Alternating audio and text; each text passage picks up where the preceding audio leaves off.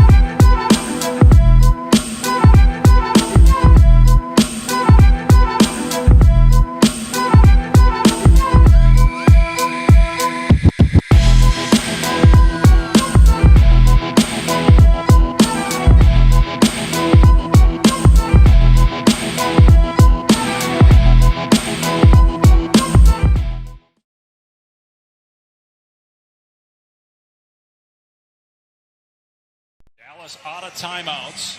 Memphis by 2, 1.8 remaining. Got to get it in. Here's Luka. Gets it away. It's gone! A Doncic dagger! He wins it! Three. And that, whether it's a 3 or 2, is remarkable in and of itself. Let's see, was he behind the line? Let's see if he got it off in time. Watch the foot. Oh, yeah, that's a 3, and he got it away in time. That's good. That's a win. What a shot. And what a dagger for Memphis. I mean, falling forward, stumbling out of control. He's at the rim when the ball goes through the net. His momentum carrying him forward as Luka wins it with a 3. Puts up 29 points, 25 in the second half, and a huge road.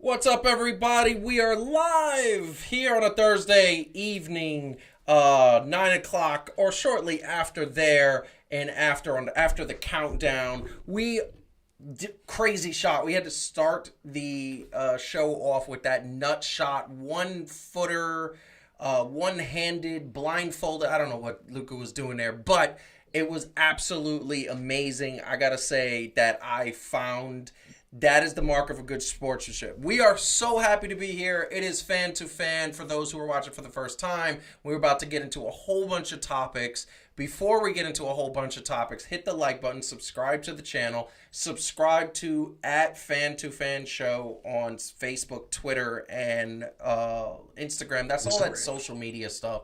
And go back and watch all our old episodes because there's some really cool stuff. I think in the next couple of months we're going to revisit some of the stuff. First of all, we're going to have an annual trash bracket. So if you haven't seen the trash bracket episodes of Fan to Fan, go back and take a look. They are on the playlist. Also, we have a first take coming up that, an extra point. I said first take because I was watching First Take earlier. I was watching that because I wanted to see what they had to say about Lamarcus Aldridge retiring, which is one of our topics tonight. I think everybody is talking about it. The other thing that I think is amazing is that we are, this is episode 55 of Fan to Fan. There's so many episodes, but we also have covered so many topics and so many ideas, and I think we're going to continue to do that. But soon we're going to get back into the live show. That is coming up in May. We're planning some things, so we're going to stay tuned for that and what we're going to be doing there and where we're going to be visiting and all that good stuff. So that being said, I want to bring in the panel, and I just want to say Calvin is in virtual land looking like he's under a moon. I don't know what you look like, bro. You are... First of all, what's the teddy bear shirt about? First of all, it's because I'm very humble. I'm very humble. You're very... Oh, my God. I'm very humble. Very humble. Is that what you're yes. doing here? Is that what is happening here? Really? Yes. And if you keep on messing with me, I will have to take the show off for personal reasons. Oh, really? I get it. I understand that. And in studio, we have Heidi with me wearing the Phillies. I'm wearing the Phillies. Sixers. I mean, she's wearing the Sixers. Yeah. I'm wearing the Nets because they played yesterday, which was kind of amazing. I know who won. Yeah.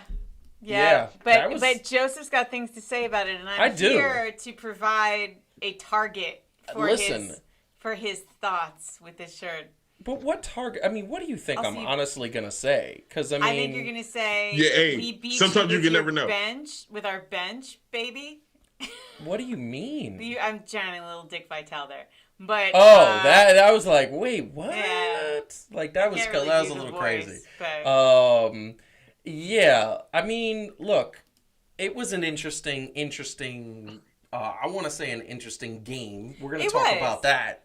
Because I don't think a lot of people covered that. They covered that the Sixers won, and they kept saying the Sixers won. But I didn't hear anybody. It was weird. There's a lot that's sort of weird about that game, so it's worth talking about. It is worth talking about. But before we get into that, we do have one topic that I want to talk about first. Because I think the reason why we showed Luka at the top of the show is because it was amazing to me. And it was me personally going into a little sports research and kind of saying, when's the last time a team won without a bona fide superstar? I think all of us agree that Luka Doncic is a bona fide superstar. Forget about the fact that he's playing well in the NBA, which makes you a superstar. He's making all-stars. He's also a global superstar. There's an entire continent that roots for this guy because that's what happens geographically. But Luka Doncic is a superstar. Is he going to bring Dallas a championship? I believe so. I think the way they keep putting players around him, he's going to bring it.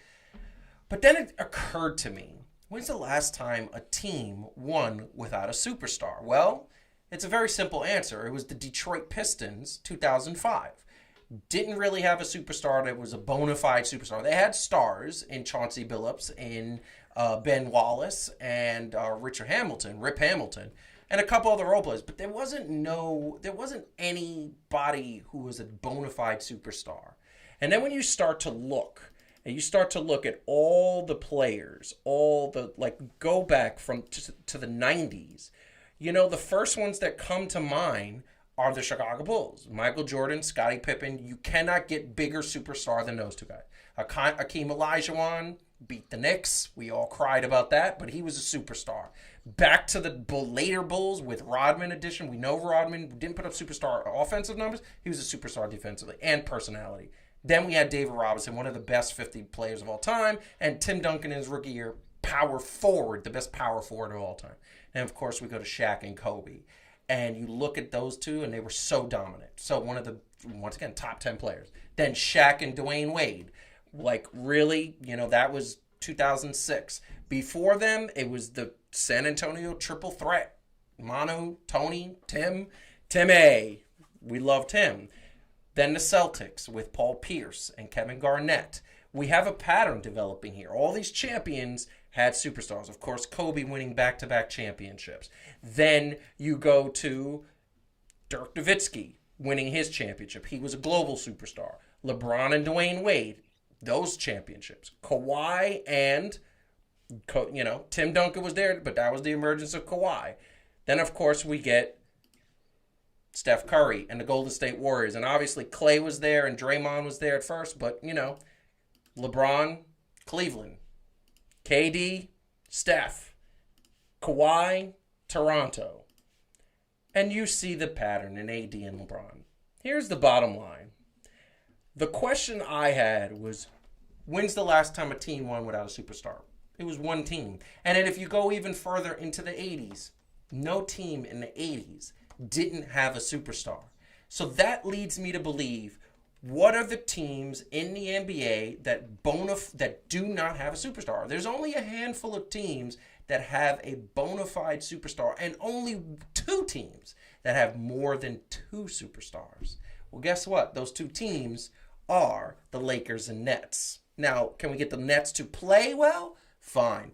I wanted to pose this question to the panel because I think it is very impressive. And it is something that I genuinely believe is something that is important. A superstar leads to a championship. Not always, because you got to have the role players and you got to have the team. But this is what the pattern has been for the last 25 plus years. Superstars coming in, winning championships, and no team has done it without a superstar. So please go first, Heidi. Say what you want to say. I have so much to say because I decided to do what Heidi does, which is nerd out over statistics and look stuff up. Yes, I found some very fun and interesting facts. So you are absolutely right.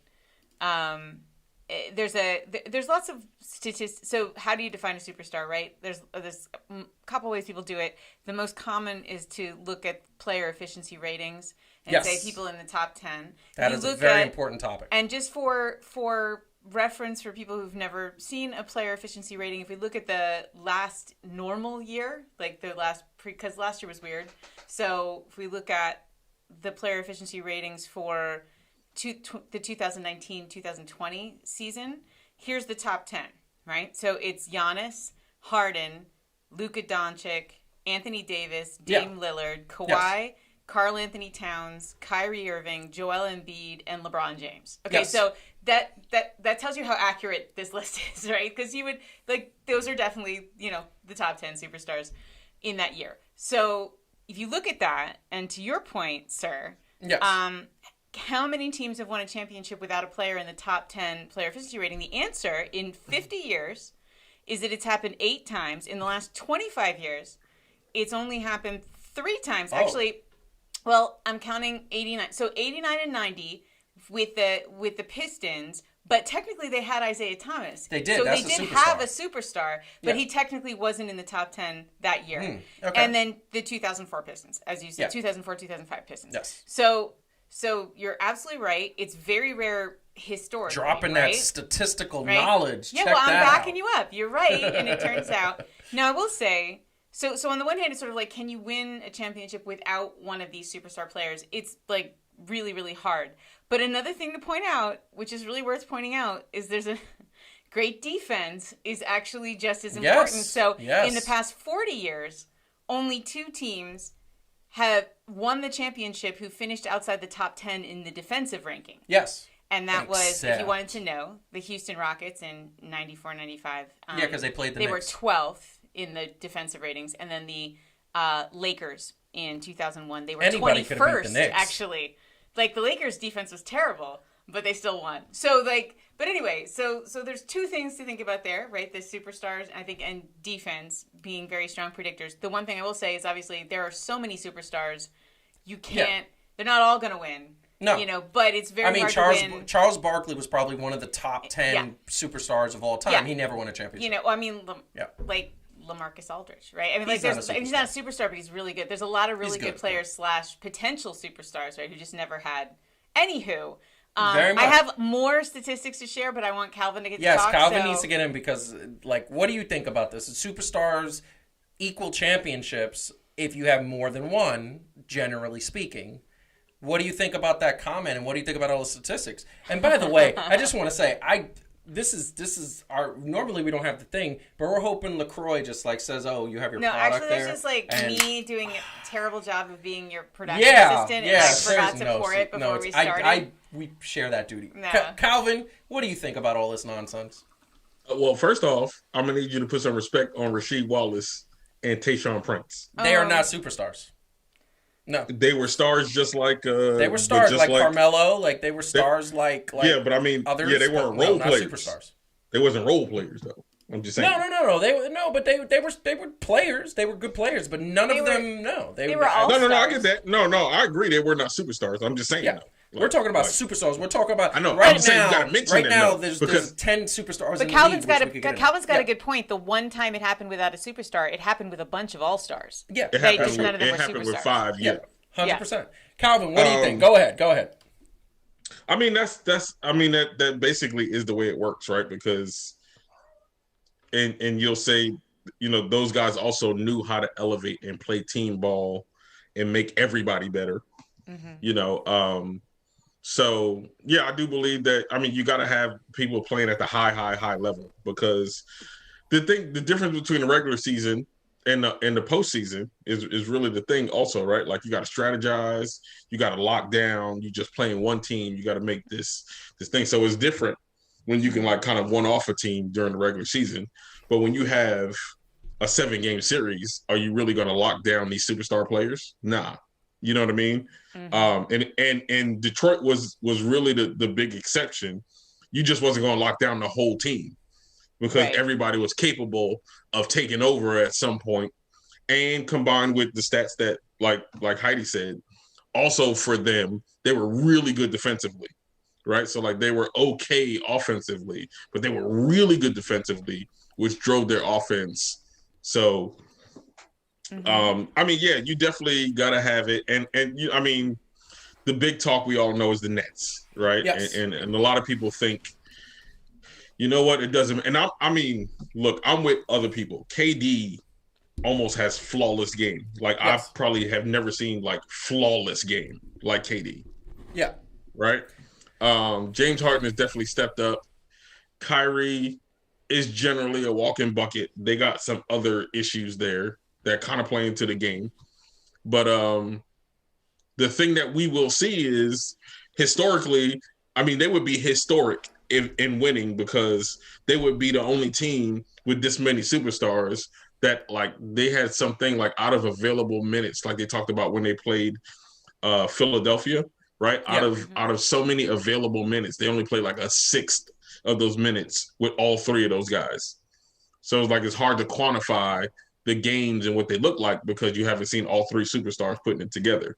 Many people think, they're so good, they're just going to figure it out, and they don't need that much practice, chemistry, repetition, and all that other stuff. And I'm like, I don't know, because historically, I'm not going to bet against what it means to be together and have that kind of cohesiveness. So I agree. So I agree with you about the whole chemistry. You know, I love chemistry. I really do. Chemistry. This is the thing that I think is happening. You know what showed me something this game, and we're going to get into it. We're going to talk about the Brooklyn Nets game, because that was an interesting game. Anybody who didn't watch that game, I wish you could have saw it. It was actually amazing. I thought they were going to pull it off. But this is the thing that made me, that was the game that made me say, when's the last time you've seen a team be, without a superstar, compete against a team? And by the way, Philly had all three of its superstars. It had all three. Tobias Harris, Ben Simmons, and Joel Embiid all played. And they played serious minutes.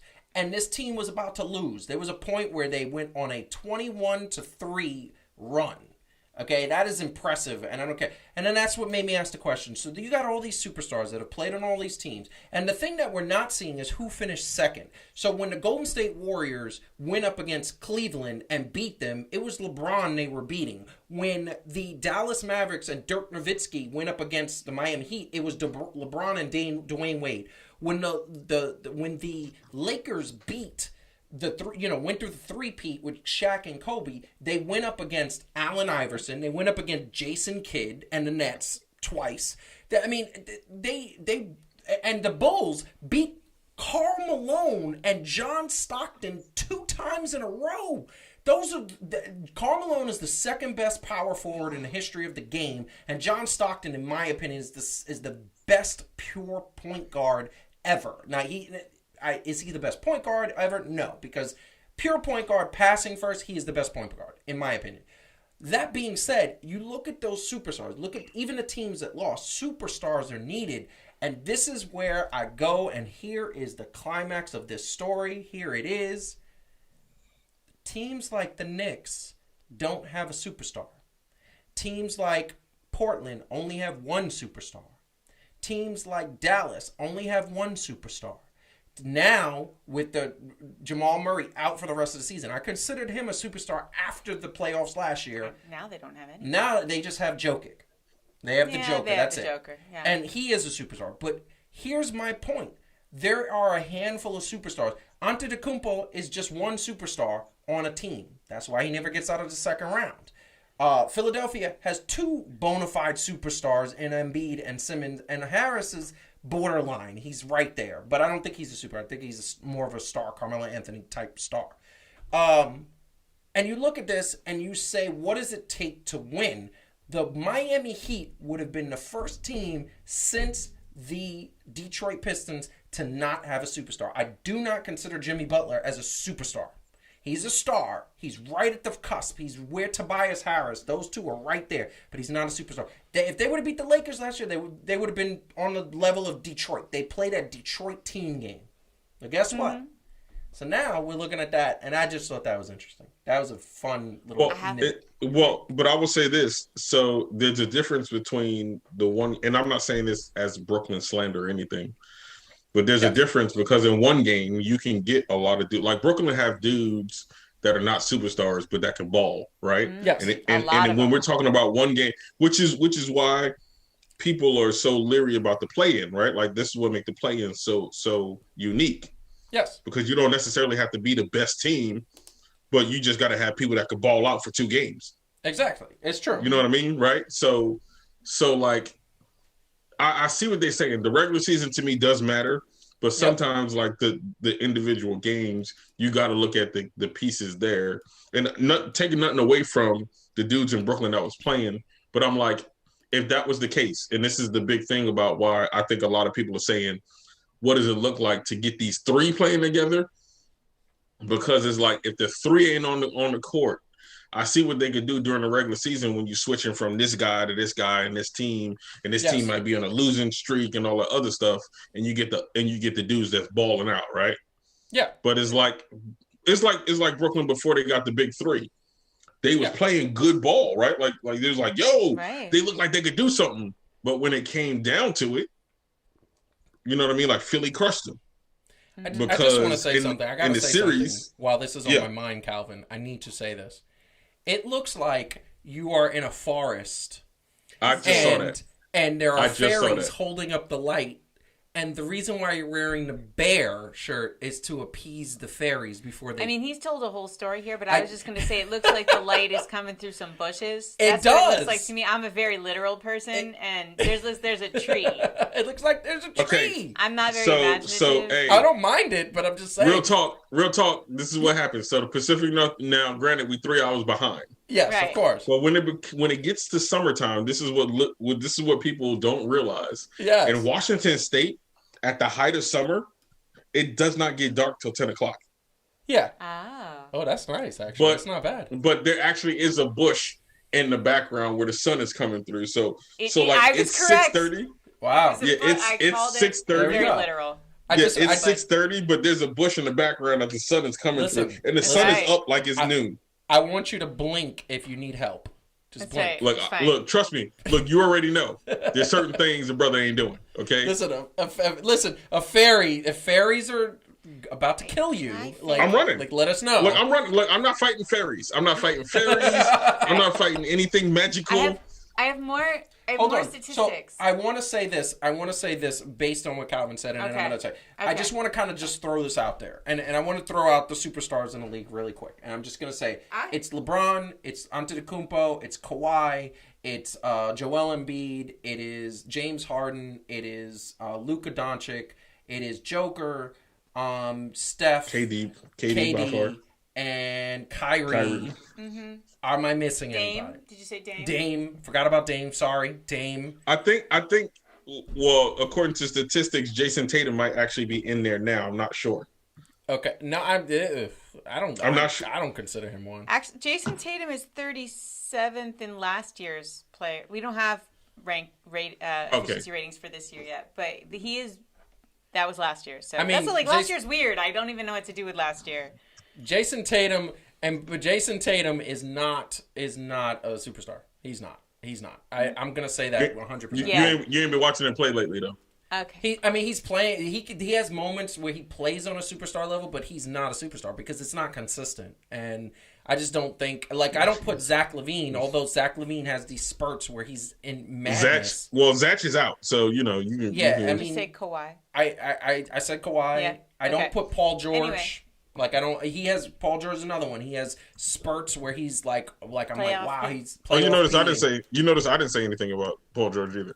Yeah, Paul George. We did. I forgot about. Excuse me, Anthony Davis. I'll put Your silence is deafening. Anthony Davis is another superstar. Yeah. Your silence on playoff P. But yes. were you going to say something? You just listed people. No, I was just going to say those are the superstars that I think are the leagues. Yeah. These are the people in your neighborhood. Really? So other statistics that I found. So here's the thing. So I was Googling like the value of a superstar on Great Googly Moogly. I was Googling the value of a superstar for an NBA team. But of course, because I just said value, I didn't actually say like winning championships. I got all kinds of fun stuff. So I wanted to share a couple of fun facts because the value of a superstar to an NBA team isn't just about winning championships. No.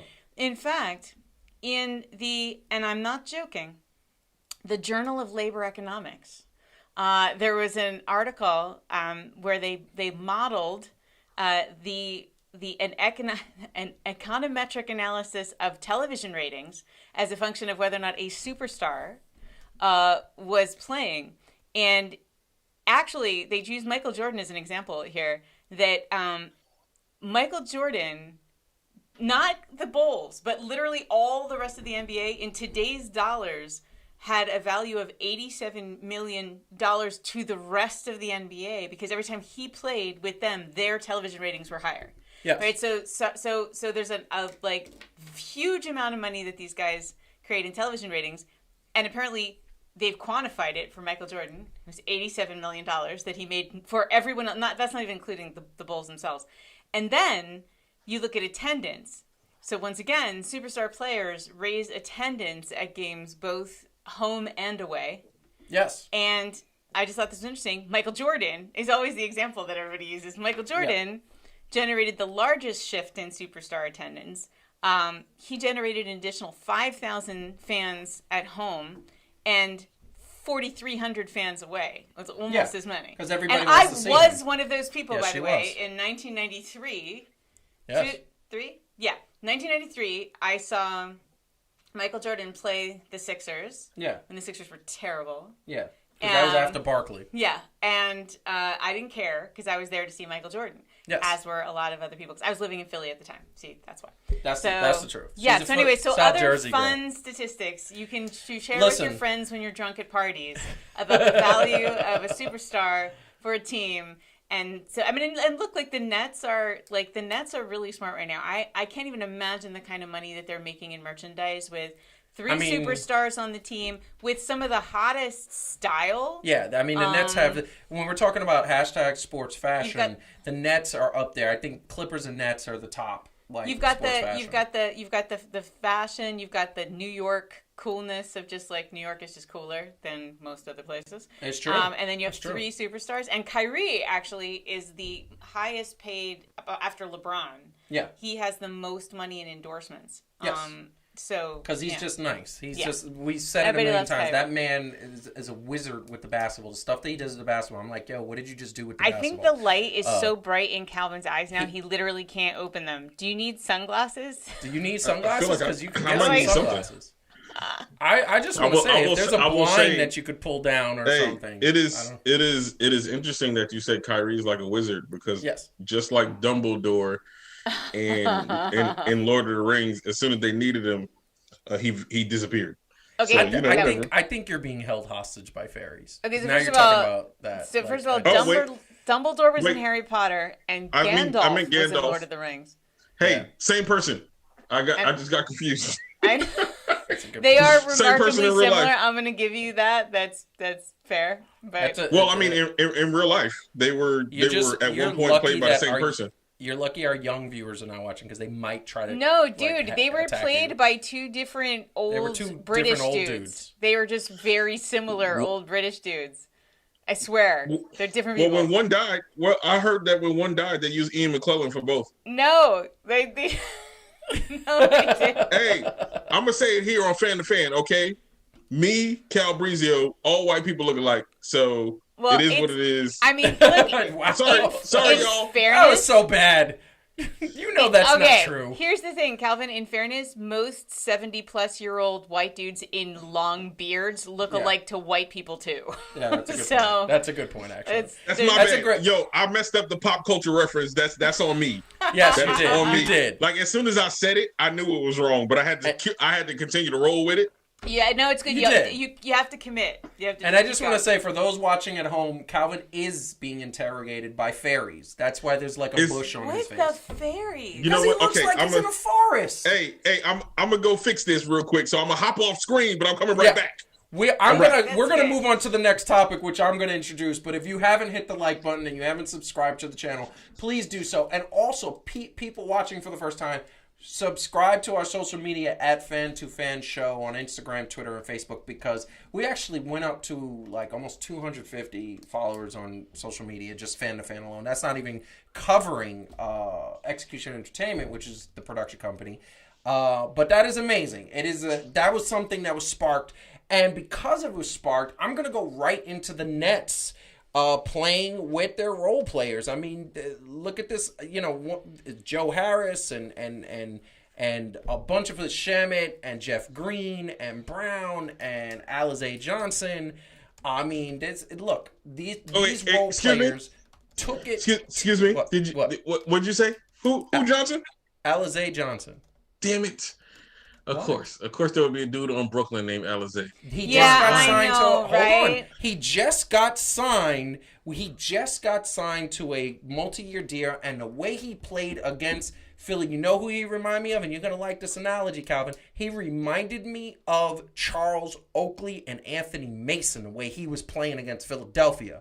First of all, Joel Embiid. I almost thought you said Charles Smith, and I was gonna reach through the screen. No. I hated Charles Smith. The way he was playing on Joel Embiid in this clip, he was playing him hard.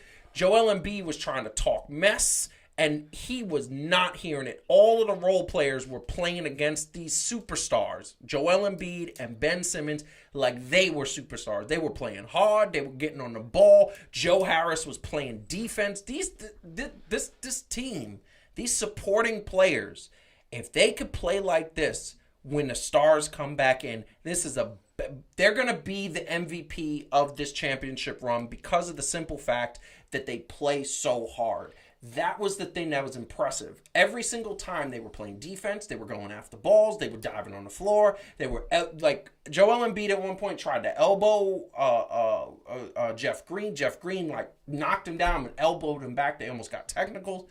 It was hard playing, and this is the thing that we were all questioning. Is this Nets team going to be hard, or are they going to be a little soft because they can't even get healthy on the court? You know, I didn't question James Harden. I didn't question Kevin Durant. Now that the word, and just to break this news, the word is that the reason why Kyrie has been missing a few games is because he's actually converted to Islamic beliefs, which we kudos to him finding his religion. That is an amazing thing. And he was actually fasting for Ramadan, and it was affecting him. It was his first year, I believe, he's doing it.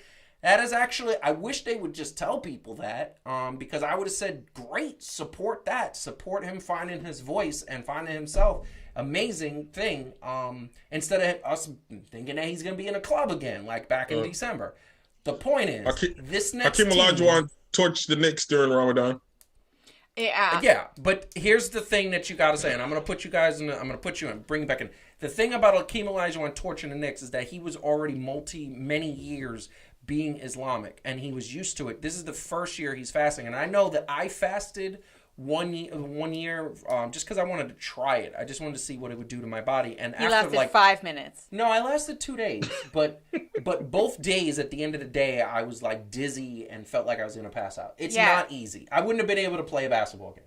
So the point is, this Nets team is amazing with the supporting role players, and I was very impressed. And what do you want to say? I'm going to turn it over to who? I would go Calvin first because Heidi got to go first last time. Mm-hmm. I mean, I guess I'm not trying to be too harsh because, let's state the obvious.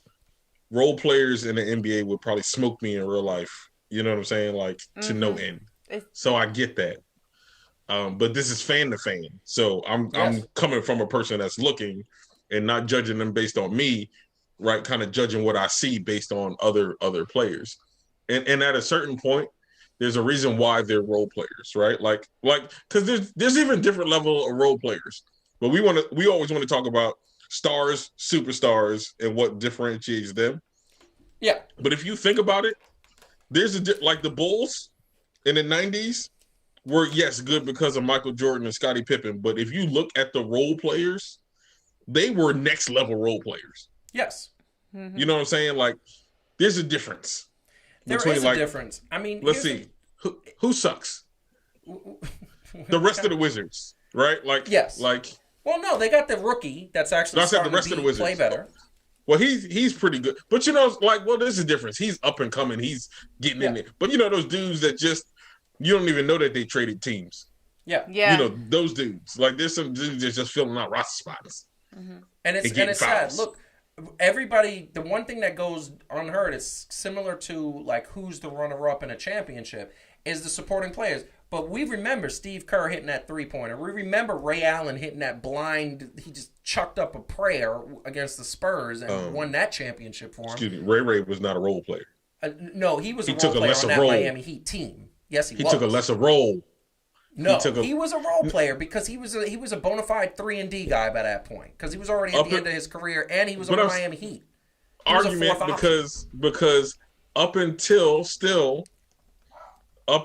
a little bit before he retired, he was still a baller. He just stopped being, the primary scorer and all that other stuff to be on that team, but I wouldn't necessarily say he was necessarily a role player. I mean, he wasn't a role player on the level of Mario Chalmers. That's a different level of role player. But he was definitely not I felt like it was LeBron, Wade, Bosh. And then I felt like behind all of them, I feel like it was, I think at that point, Kelly Olynyk actually was doing well against. All right, boys, I don't know who any of these people are. Can we get back to if you fix your mouth to say Kelly. My bad. If you fix your mouth to say Kelly Olynyk, he was a role player too. You're right. Look, if you say Kelly Olynyk was operating on the same level as Ray. No. I'm gonna tell people. I'm telling on you. I'm stopping. No. You caught me there. But look, the role players matter, and in this game, oh yeah, definitely. The thing that I saw was that you had Joel Embiid, and Simmons playing, and it was once again, if you watch this game, you see the point that I've been saying for months with the Philadelphia 76ers. Ben Simmons can't shoot a three. He can't shoot a jumper. And what does he do every single time? He drives to the hole, which, by the way, he is very good at driving to the hole, or he passes the ball. So if you could get him to pass the ball, unless the ball goes to Joel Embiid, the rest of the team looks a little lost. Even my man, Danny Green, who I love from the days of the Spurs, looks a little lost. And the Philadelphia 76ers had a 21-3 run going against them. They were up by a lot of points. They lost that lead. They were down. They were up by 3. Well, they took... Okay, so there's a little bit of context Francis is not providing, which is... What's that? which is Tobias Harris tweaked his knee. Joel Embiid landed funny. And they were watching him. He was wincing and walking a little bit. And Simmons, they had all of them out. And Doc put them back in because in fairness to the the bench on the Nets, they closed the gap. Now They put him in at the beginning of that run. Yeah. So that run came against them. All of them were in except for Tobias Harris. Not the whole thing. It had already started to turn. That's why he put them back in. He didn't put them back in to use his best players for no reason. Well, you should never count a team out. You know? Yeah. Okay, that's ridiculous. You have to preserve your talent, especially when you two of the three of them you think just hurt themselves, right? Well, so he took them out. Then he put them back. He had put two of them back in. He actually didn't put Tobias Harris back in because he was so worried about his knee. No. So he never came back. So look, it was really great the way the Nets bench played. I don't think it's fair, and I don't think Philly played their best game either. They did still win. They did. They did. That is the truth. It wasn't their best game. Kyrie played well. 37 points. Look, so what does this tell us? I think it tells us what we knew before the game started, which is that if it ends up being the Nets and the Sixers, it's going to be very competitive. Yeah. I think it's going to be really interesting. They're both great teams. You know what I mean? But, there's more to it than just and the bench fought back. No, they were playing against the Sixers bench.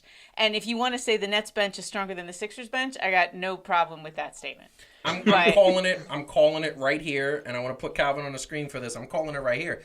Full strength teams, everybody's healthy. Nets are beating them in 6. I mean, sure, but that's a big if. It hasn't happened yet.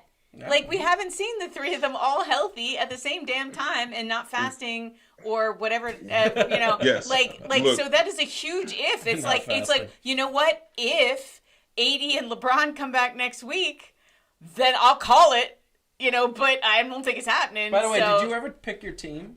I said the Nets. You said the Nets? No, yeah, because I thought it was going to be...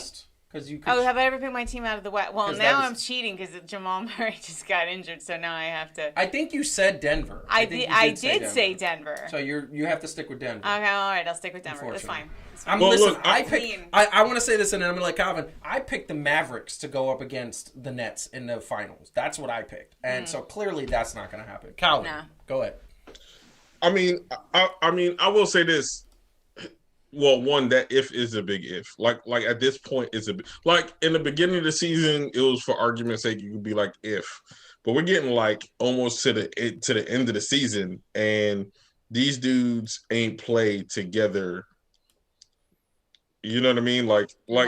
In one season. And they've added extra pieces, and they really haven't, had this identity. And I can't... I'm not saying it can't happen. I can't fully buy into, just throw him on the floor because KD is malleable and it's going to be all right.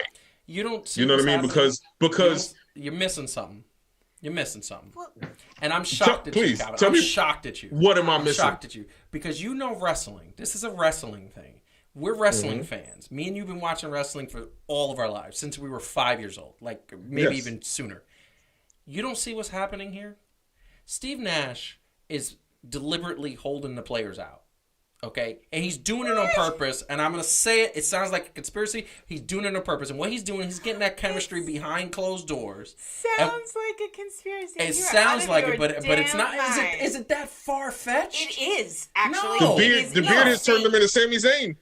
He's Sami Zayn. Oh yeah, so Joseph's we're gonna bring the cameras and we're gonna get the secret. Listen, you think that he could keep that secret? Is the hat No, and I don't mean deliberately he's making up injuries. No, he has legitimate injuries. So when an NBA player comes off of major surgery, like Blake Griffin, like Kevin Durant, like Kyrie, major surgery, you can say for a protocol in terms of knee maintenance, in terms of shoulder maintenance, which is Kyrie, and knee maintenance for Blake and KD. You can say, I'm holding him out because of knee maintenance. That's what it's called. That's legal. Thing I've it's ever not. Heard. But here's the thing. What they are doing and what you are not seeing is how much practice time these guys are getting. And KD and Kyrie and Blake Griffin and all these guys that were added new have been in practices. They've been playing with each other. Practice isn't a game.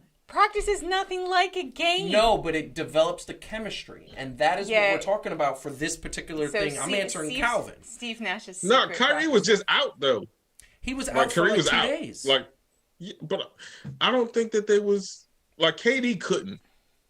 But let's be real. If anybody gets a pass in most people's minds, it's KD. Yeah, because he's coming off of. We saw him. Even pop Stephen his A. Achilles. Smith reluctantly admits he can't be mad at KD. He can't be mad. Listen, he wants saw to be. him He wants to be mad in the finals where he was torching the Toronto Raptors. They were not going to win that series with KD and healthy in the game. He was torching them. You literally see his Achilles come off the bone and go into his calf when you slow it down. It's very gruesome. It's very gross, but that's what happened. So that and Pascal Siakam. Oh, stop it! Stop it! I can't. Stop! I can't ever stop. He's the best power forward. He was the best player in that 7-game series. Why do you? That's what I'm saying. God. He wasn't the best player on the team. Joseph, I think you have two different All right. things. So anyway, yes, Steve Nash has secret practices, and they're secretly building. No, they're not chemistry. having secret practice. The normal practice schedule, but he's getting them on the same page. When the playoffs come, you're gonna see them, and you're gonna be like, "How is this team so together?" And it's because they've been planning this the whole damn time. That'd be great. Are they That scrolls? would be great. Yeah, I think so. Calvin and I don't share your confidence, but that's hard. The Nets are scrolls. The Nets are the scrolls. They're going to be the MCU. Scrolls. The Nets are the scrolls. I knew it. No. I knew it. Marvel reference. I was only a matter of time. I knew it. I knew it.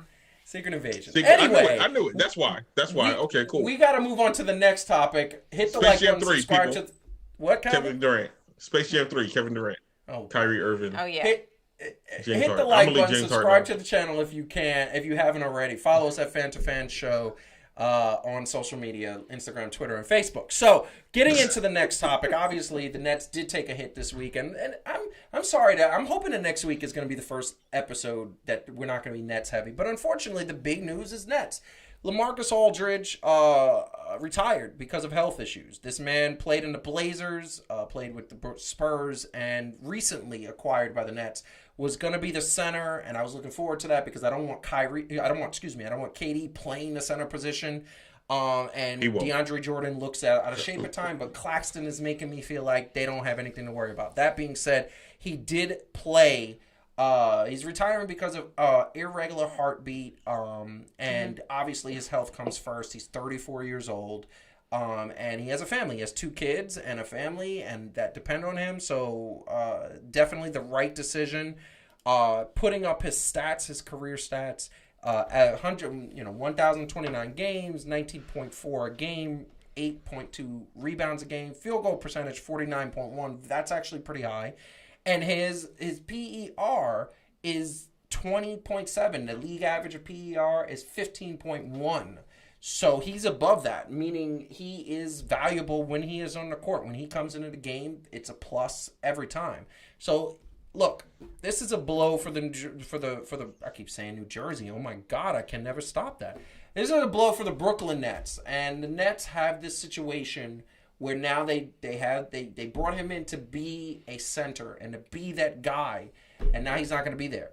So they have a little bit of a hole. They have players that can roll it. First of all, I'm going to throw it to Calvin first and foremost. Do you think this hurts their championship chances? And also, is Lamarcus Aldridge a Hall of Famer?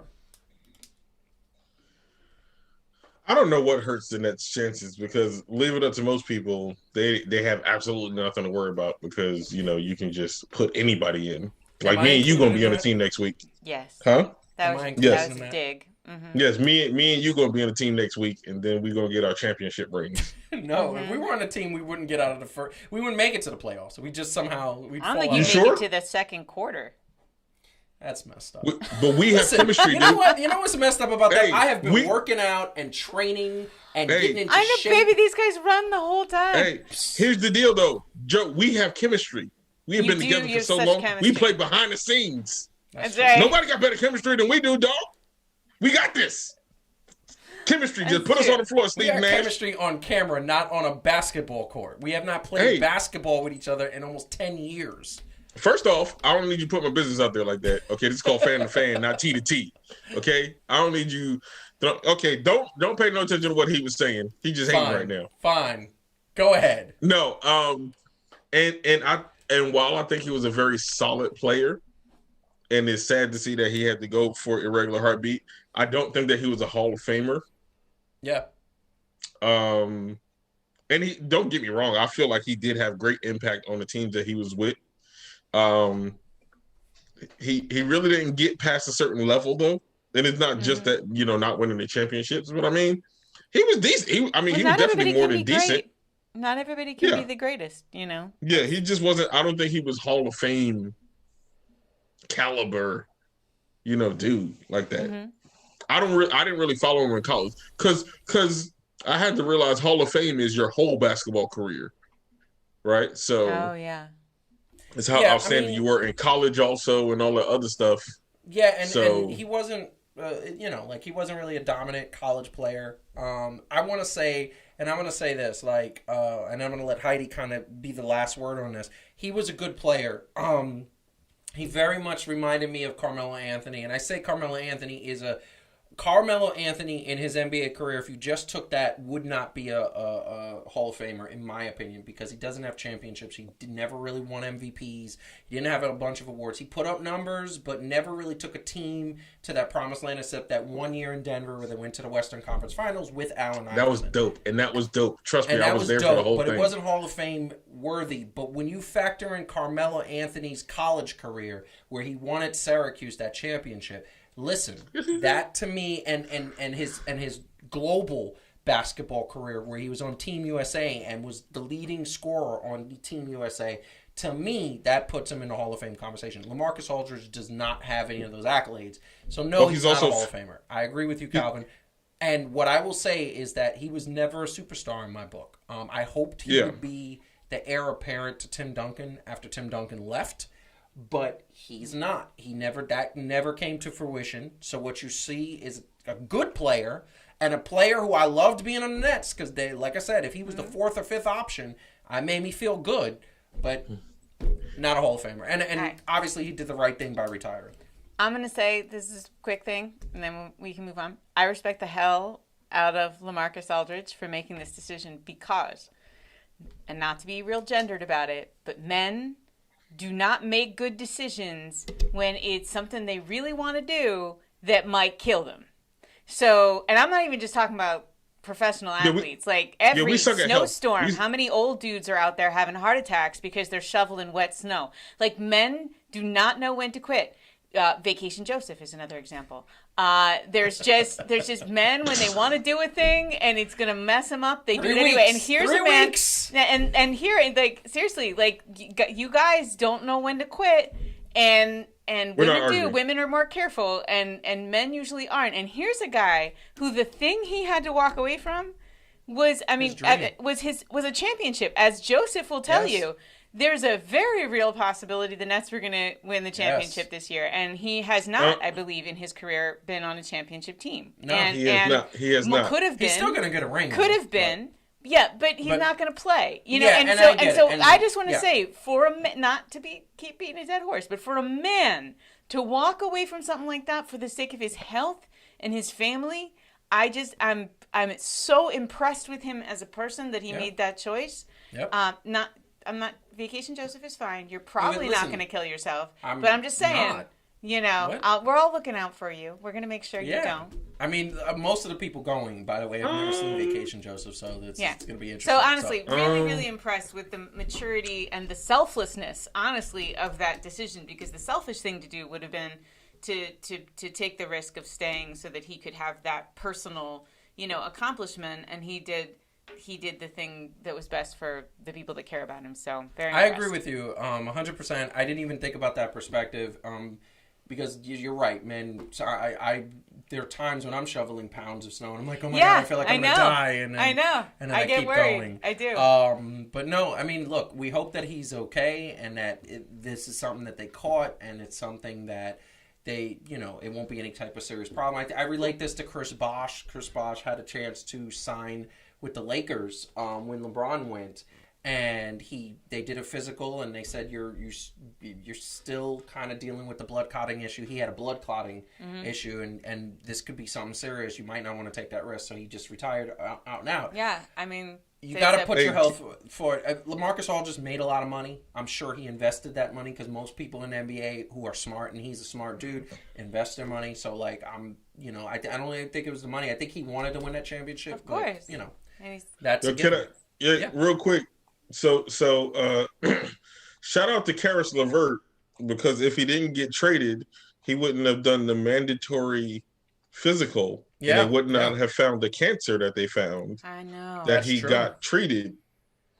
And so literally, James Harden saved his life. No, that's true. Which is why he should win MVP. That's true. James Harden saved his life.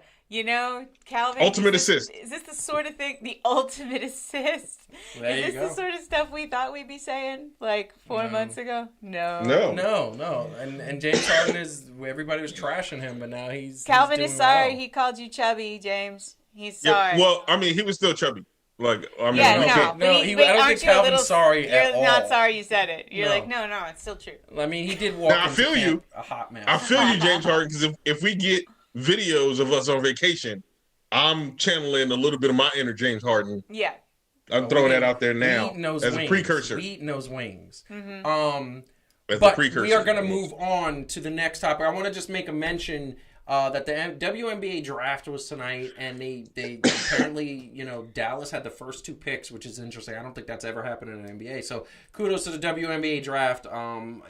Popular sport. I hope it continues to grow, just like MLS. And also, MLS is starting this weekend, I believe. I think that it's the opening weekend. It's all coming back. It's all coming back. Speaking of all coming back. Speaking of all coming back, exactly.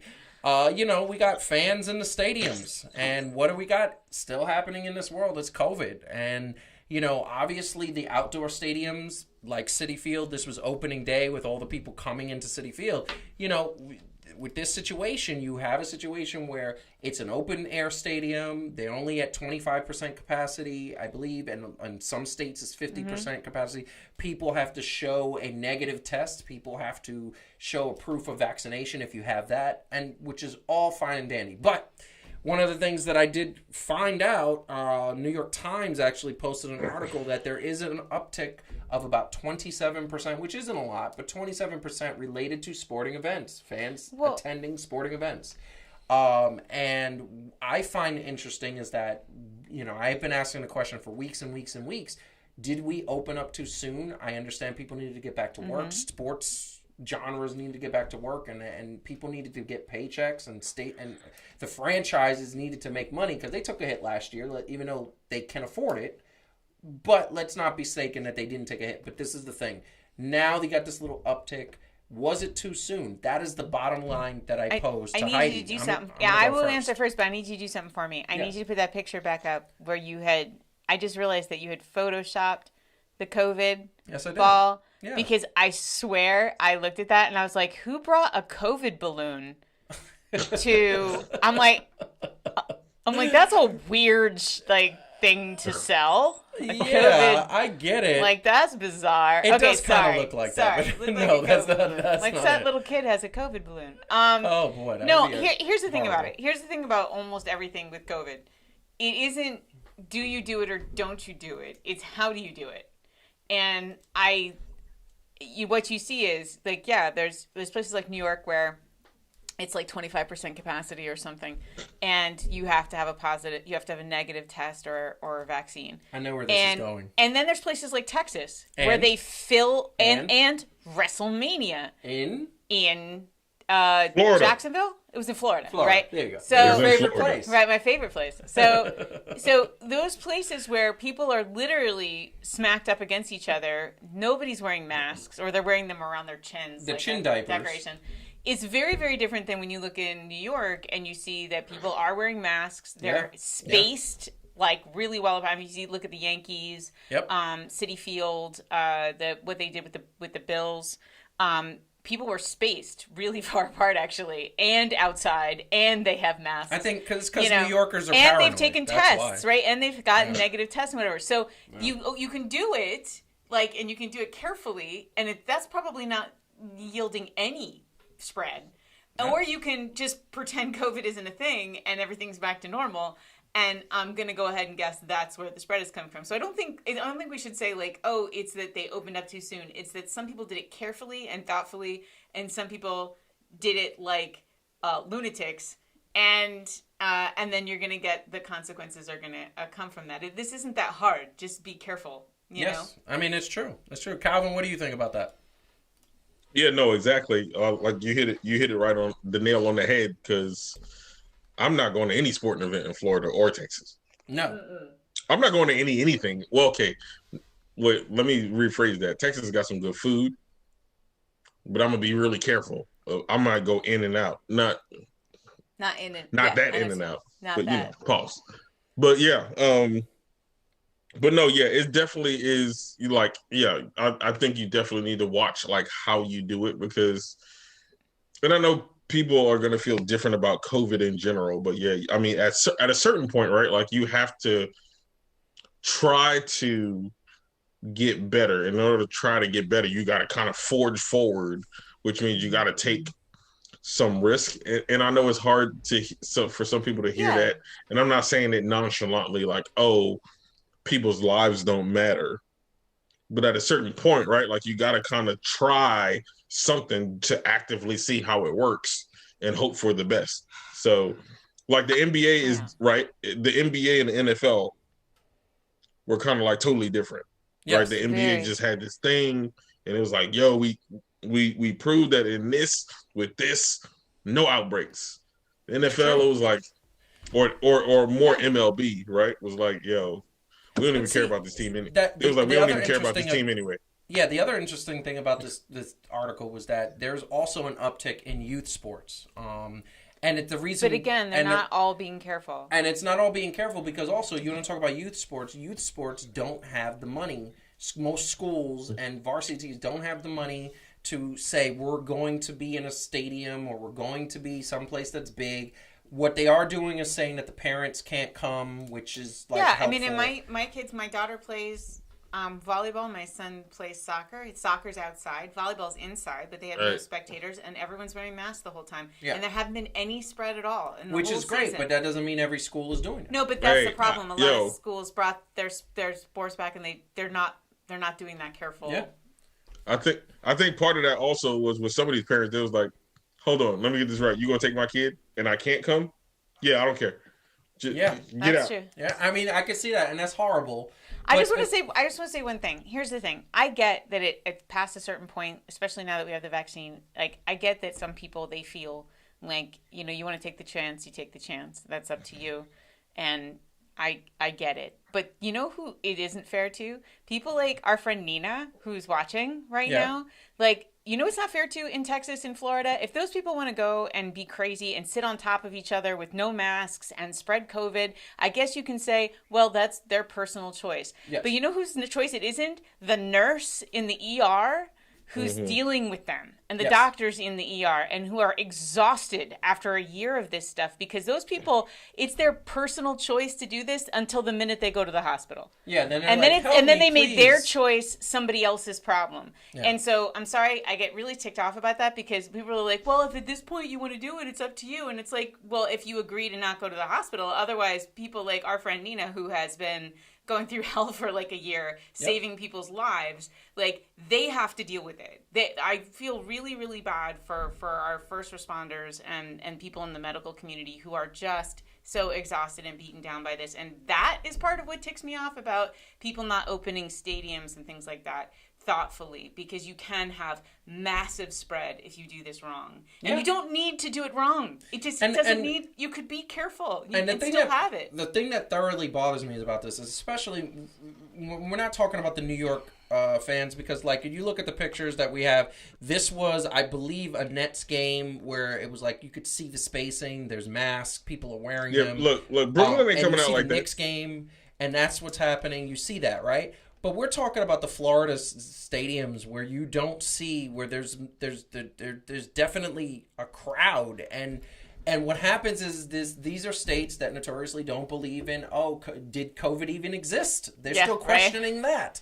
So I look at that and I say to myself, it's really sad, because it should be up to the teams and the owners of the teams who have the money to get the education out there and say, listen, you're not coming into the stadium unless you keep your mask on or you show some proof of vaccination or a negative result within the previous 48 hours. And I said it, and I'll say it here on the air live, and you could quote me on this.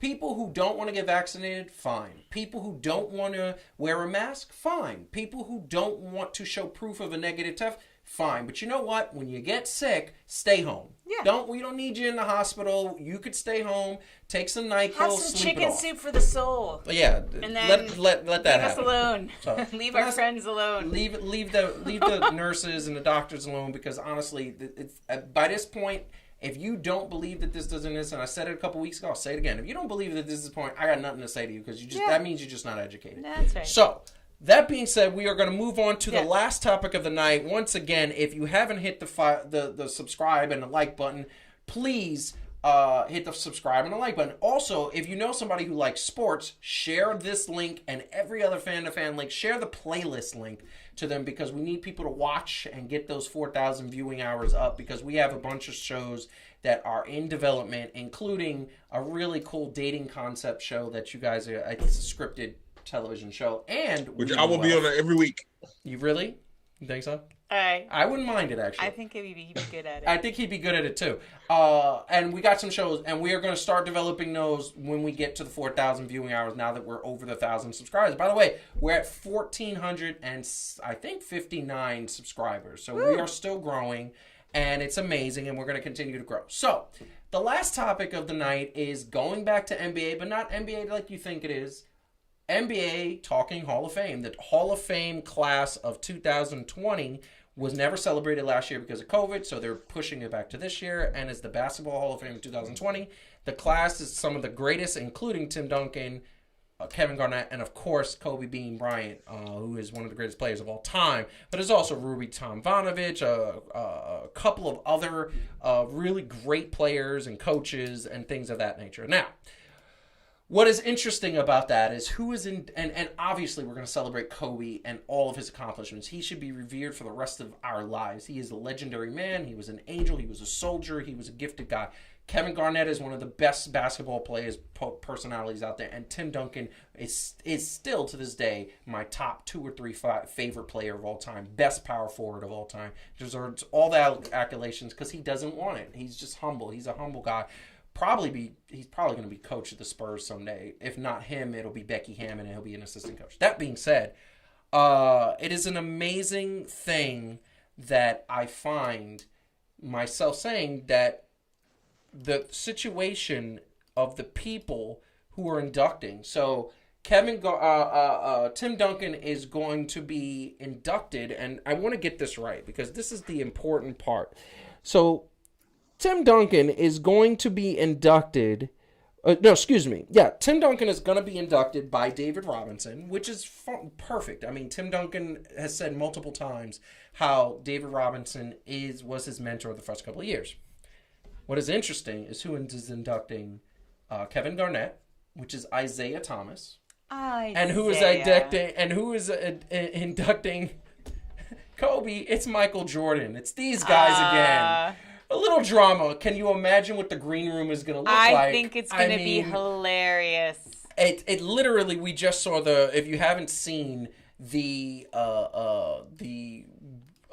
documentary about the Bulls. Oh, I want to be a fly on the wall. I mean, Michael Jordan has said to this day he will never forgive Isaiah Thomas. Yeah, and Isaiah Thomas has said how and Isaiah Thomas about a month and a half ago got super petty and said that LeBron James is the greatest player of all time, which just sounded like you had a vendetta. Give me 1 second. Yeah. So that is being said, I am looking at this situation and saying, okay, this is what I think. I think that it is a situation where you have these two players that are 100% don't like each other, and they're going to be inducted, and obviously they're going to put their differences aside because this is a celebration, especially Kobe Bryant. Sure. You're going to celebrate, but I just would love to know: do they even say hi? Do they even say? I feel like they're just going to ignore each other.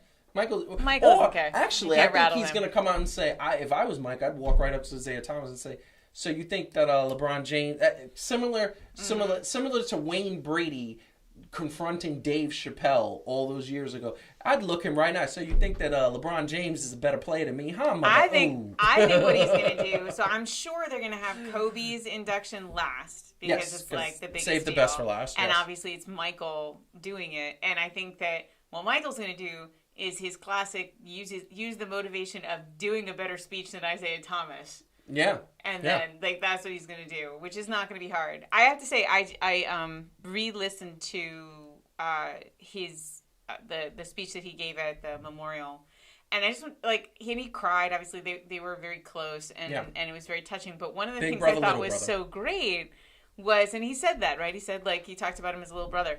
But I think at least 6 times MJ explicitly said how annoying Kobe was to him, like how he would call him at 2 a.m. and ask dumb questions. That was literally, I think, and that was to me the most charming part of it, because it really felt like brothers.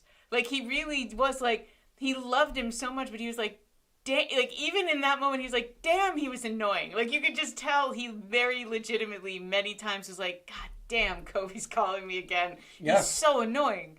Yes. And then he told this great story about, and I think obviously part of what he loved about him was that they share that same almost insane level of competitiveness and passion for improvement. And he told this great story about Michael told a story about going back to see Phil Jackson, and it was when Phil was coaching the Lakers, and Kobe was there in the room, and he walks in, and Michael Jordan's in one of his amazing $1 million suits. And he's walking in to see Phil, and literally the first words out of mouth, Kobe looks at him and he goes, "Did you bring your shoes?" Yeah. And he's like, "No, man, I wasn't going to ball. I'm in a suit." And he's immediately he sees him and he goes, "Did you bring your shoes?" Yeah. Any moment he could play with Michael Jordan, he was going to play with Michael Jordan. So Which he would. So anyway, it was sweet. So I'm looking forward to hearing him because he has such a unique perspective. Shaq would have been good too, but if you can get Michael Jordan, you get Michael Jordan. Yeah, but here's the problem. So first and foremost, I think Shaq. So first of all, Michael Jordan is the greatest of all time. So you get him, but Shaq is also not. I don't think he's a very good speech giver. Well, he's not the most eloquent man. He's just but very. He is. I think that Shaq can induct Phil Jackson or something. Sure, that's fine. I think that works. But Calvin, and by the way, did you have to go appease the fairies? Because did they finally attack you? I had to go get a dog. Okay, fair enough. So my bad, people. Another thing that I was going to ask you, do you think Isaiah Thomas and Michael Jordan, if you were Michael Jordan, after the slander and blasphemy talk about Isaiah Thomas saying that LeBron James is the GOAT, okay, which was very petty, which was him just saying, I'm going to get you back for the documentary. What would you do if you were Michael Jordan? Same thing I do to 2 of my old uncles, hose them down and tell them to get along. Seriously, they look, as good as they were as basketball players, those are some petty dudes. They are petty. Actually, both of them are. Yeah. I think they're gonna be professional enough to understand and honor what's going on, to just not be in each other's way. You know what I mean? Just to not even. Now, hopefully, the news don't try to turn it into something else, because we know that's kind of what media does nowadays. But I feel like they will do enough to not even, worry about each other. I just had this amazing vision of in another 15, 20 years, a remake of Grumpy Old Men with the 2 of them. That would be and you just hilarious. film them actually talking. They don't even have a script. You just have them just be petty old men with each other. I just want to, I feel for me, I feel like they should get in a room. And like I said, if I was Michael Jordan, I'd walk right up to him and say, "So I'm not the greatest of all time, huh, mother?" And I would say it just to his face.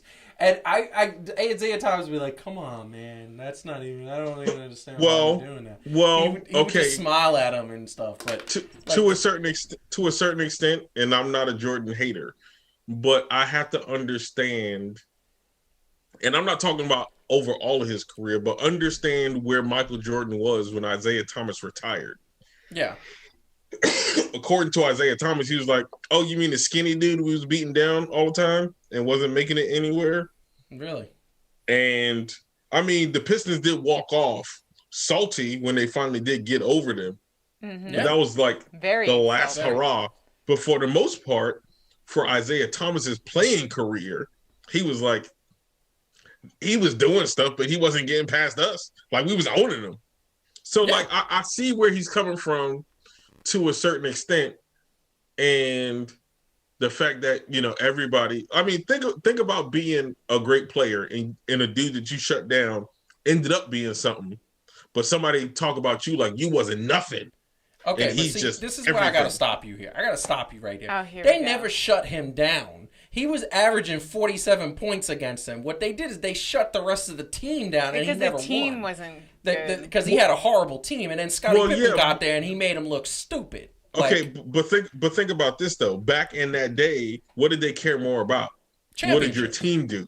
Yeah, they wouldn't care about winning and It championships. wasn't about the individual like that. Like, we was gonna beat you down as a team. Your team was soft, and your team ain't getting past us. So they was like, you can get 47 points all you want to, but you took this L. Listen, and back in the I'm day, gonna tell that's right what now. the deal was. And playground rules, right? You go on the playground, and we would go and we play. Mm-hmm. And if your team lost, you'd be like, all right, you beat me, but you certainly didn't hold me down. I owned you. Look, you just hold the rest of my teammates look, the down. reality is all bruised feelings from like 2 decades plus ago at this. So 2 decades ago, right? From two guys with egos so big, it is amazing they can put hats on because their heads are just so swollen. 3 decades. 3 decades. Is it 3? Oh my God, yeah, you're right. I can't do math. 3, which is funny. Well, He's a former math teacher too. Well, and if you and also think about it like this: when you have these people, Kevin Garnett's, Chris Webber, Grant Hill, whoever else was from that area, because he was from like Chicago and Detroit and all that. So Jalen Rose, people who actually did something that had pretty good careers, like Isaiah Thomas is well endeared with some of these guys, not just for the basketball stuff, but for the fact that while he was at the height of doing what he was doing, he was getting these young cats to come in and change their lives. So, I mean, and right, not to get all super deep, but it's like he was helping also change lives and all this other stuff. Michael Jordan is the greatest basketball player, but as a human being, yes. Listen. He sacrificed, and that's why he was so great, right? Like, he sacrificed what he needed to sacrifice to be the best basketball player. But he was kind of an a-hole. He was. Although, weren't the Pistons the biggest collective group of a-holes? I mean, like, if you were a Piston, they're like, it's all in-group, out-group. If you were a Piston, that's one thing. If you were anybody else, how they treated people, like, he was a bully. I mean, he was the bully who was nice to the people on his block, I guess. But like, yeah, I mean, they were. But it was a different mentality, right? It was, so in like, fairness. What Jordan did was like, yo, I need to get bigger. I need to get stronger so I can get past these dudes. Today, they'd have been all on social media. I think that's right. You know what? Let me stop. It's a totally different era. Let me stop. And I think that is true. And I think that the thing about it is no one else. The problem with these guys is not only they have these huge egos and this is their memories of each other, but also nobody lets those memories die. So, like, you know what I mean? Like, every time, like, somebody asks MJ about Isaiah Thomas, it's always in that same context. Like, they haven't, like, hung out, and gotten to know each other as, like, the former presidents. Like, even the ones that beat each other, like Clinton and, like, Bush 1, they hang out after, and then they get to be really good friends, because they, like, and ball players don't do that. They just keep these grudges. This is the thing that I'm going to say. I think the most deplorable situation of this entire feud was the fact, and it was the fact that Isaiah Thomas, you are the superstar of the Detroit Pistons. That's your team, and everybody respected you, and you had, mind you, had some pretty like brolic dudes, Bill Laimbeer and Dennis Rodman and Rick Mahorn and Joe Dumars. You had dudes who were tough. But Isaiah Thomas was their captain, was their leader. He was the best player on the team.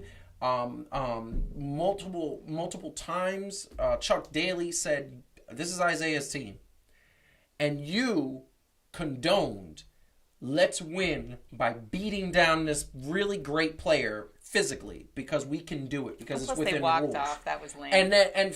So then we get to the walk off, and that was bad sportsmanship. But at the end of the day, he could have stopped and said, "Yo, we're gonna hurt him. We don't have to go easy on him, but let's try not to hurt him. Like let's." He didn't. Several Detroit players said that he didn't, including Dennis Rodman when he got to the Bulls said, Jordan, no. Isaiah Thomas was the one saying, no, we got to hurt him. And the reason why Isaiah Thomas was saying, no, we got to hurt him, is because Isaiah Thomas thought he was the best player in the league, and he was not. Magic Johnson was there, Larry Bird was there, Michael Jordan was there. He was a threat, though. But he was a threat, so he took him out. So what that made me say is that you smile to the camera. When you're with the Knicks, you smile to the camera and you say, we're trying to win games. Oh, all your coaching gigs and president gigs, you smile to the camera. But at some point in your time, a hidden skeleton that you have is that you are absolute dirtbag. And that's what you do. You smile to the camera and you smile to the public, but when your camera's not looking, you do things like that. And I don't respect that. So he's to me, he's my Reggie Miller. And by the way, I like Reggie Miller as an Calvin, you go. It was not hidden. It was not hidden. They knew what they was doing. They just did it better than everybody else because everybody was beating people down. They might have taken it to the level that they let That's them. Fair. I know, and it's hard because, like, if I looked at it now, like, if I was coaching somebody and I was playing a team like the Pistons were, I'd probably try to fight everybody on the team. Yes. That's just me. So yeah, I mean, I definitely get it. But at that time, they were just a lot rougher. But that was all those dudes, right? Like, Larry Bird wasn't as nice as people think. No, he wasn't. Oh, no, he's actually not that nice No, he was a dirtbag, too. But the difference with Larry Bird is that Larry Bird, when he had sportsmanship, and I guess that's the icing on the cake. When this team got swept, and instead of saying you beat us, good game, I'm glad you overcame the mountain, we made it tough for you. No, they just walked off like children, all 12 of them, like children. You know what? In the moment, I might have did the same thing. I'm not gonna lie. Really? Yeah, I probably would have been feeling myself, but to get swept. But nah, I don't know if you wasn't getting my hand. I don't think you would have done that. I want to say one last thing about this, and then because I know we gotta go. Yeah, we're running late. But I just realized what bothers you about Isaiah. One of the things that bothers you about Isaiah Thomas, because you hate people like this, and it's also what bothers me about Kyrie sometimes. The thing about Michael Jordan is he is the same jerk all the time. Like, cameras are rolling, he says. He's the same guy. Like him, don't like him, think what you want of him, but he's always that guy all the time. And it's easier in a lot of ways to stomach somebody who's kind of a jerk if they don't pretend that there's something else. And I think that one of the things that is annoying about Isaiah Thomas is he has this super polished veneer that comes out, and you know that he's also this other guy who is ruthless, right? But then he puts the nice suit on and he has the big smile, and it's what I don't like about Kyrie, because I can never tell whether what I see with Kyrie is really him or just some kind of show he's putting on. I'd rather deal with KD, who is grumpy and moody and sometimes doesn't want to talk, but that's who he is. He's not pretending to be something he isn't. Whereas Kyrie can be really charming, but a lot of times I'm like, are you BSing me right now? Is this sage stuff what is this with the, So I think that is part of, you react very strongly to people you think have a dual nature. I don't like fake because growing up in Brooklyn, and Calvin, you notice, you don't see fake a lot. Fake is not something that Brooklyn is, and growing up in New York, even in Queens, you don't see fake. Well, you don't trust people. What you see is people lying and being con artists, and I guess that's part of it. Then you don't trust them, though. Yeah, that's the thing. So, I think that's the thing. He gives that vibe that he's a little slick. And Isaiah Thomas he slicked his way into coaching the Knicks with James Dolan, and that wasn't hard. That was horrible. That wasn't hard though. We could have coached the Knicks. Listen. The bar was low. The bar, no, but I mean, super low. No, but I mean, he had no business being a coach at that point, except the fact that he was a player and you thought he was good. He wasn't good. He was good when he got to college. But anyway, I'm going to say that once again, we want to thank everybody for watching. Calvin, what do you want to say to the people? I mean, as always, definitely appreciate y'all taking your time because we understand how important time is. Continue to be safe out there. For my Mexico people, we got 3 weeks. We got 3 weeks, and we're going to be doing this heavy. I'm talking big now, but by doing this, I mean, I'm going to be taking a lot of naps. Listen. And drinking mimosas, but whatever. That's it? What about margaritas, tequila? Man, I don't even think you know. I just want to say something too, Lord. because I saw what you put Don't on help me. Facebook earlier. You eating those heavy meals? Are you working out? 'Cause you look good. Are you gonna show up with a gut? I'm working out. Yes, I'm working out. And you just show up. I saw you eating beans and No, refried yeah, I'm working. beans and Yo, rice. I'm working and out. Yo, tamales. the beach is getting what everybody. Here's the deal, okay? Beach whales live comfortably in the beach. They Okay, do. I don't know why y'all downplaying. I ain't never That's seen good. nothing buff. Look at the things that's in the water. None of them are buff. None Calvin, of them here's have the thing. abs. It's an adult all inclusive. They people choose all inclusive so they can eat a lot. It's not gonna be a lot of skinny people there. You No, there's not. There's not. Maybe. There's not. Heidi, what do you want to say to people? I want to say thanks for everybody for tuning in. And do stay safe. Please keep people like our friend Nina in your heart, who are like just working so tirelessly to help. Even if you think like I'm probably not going to get sick, like think about the bigger picture of the world you're in that is impacted if you get sick. And we're in the get your vaccine. We're in the home stretch. We're vaccinated. It's really feels awesome actually. I don't feel any different than I did before. No, it feels great to not feel terrified to go outside. Like, There's so many. Get your vaccine. The side effects are no big deal. This is not a big deal. Get it and stay healthy. I want to say the side effects knocked me on my butt You for 24 hours. The second you one. were the fine. The second shot knocked me on my was butt for 24 hours. But after that, I was fine. It's not COVID. So, I'll tell you that. That's true. That's true. Anyway, we want to thank everybody for watching tonight. It was fun. Definitely subscribe to the channel if you haven't. Follow us at Fan to Fan Show on social media. Also, want to say everybody to watch out for the extra point that is coming. There's an extra point from myself that is talking about championships and how we get there. There's an extra point from Heidi coming up that is talking about why women like her can't watch wrestling to the general public. Yeah, nobody tells me what to do. Yeah, that's actually coming. That's right. Also, we have another episode, the post-WrestleMania of Heat and Receipts, presented by Fan to Fan, is coming out, dropping this weekend, so look out for that. And then we got to talk about WWE releasing so many people. We're not doing the wrestling there, we're going to save that for Heat and Receipts, but we're going to have next week's episode talking about all the releases. There was a couple of shockers in the wrestling world, WWE world, that we're going to talk. But Fan to Fan is going to be back next Thursday at 9:05 p.m. Eastern, and hopefully we can have a show without the Nets, because I feel like the Nets need to give the Nets a break to the playoffs. So next week we're going to definitely check in with some baseball, check out MLS's weekend and see how that went, and we are going to have some fun with it. But in the meantime, stay safe, as my co-host has said. Follow us, like us, share us with anybody that you think might like sports. Also, look out for the social media where we'll be announcing where we're going to be live when we go to events coming up. And please go back and watch previous episodes that you haven't checked out to check out things, because they are going to be relative to the things that are coming up. So, we appreciate you. We love you all. Thank you very much. Have a great evening and great weekend.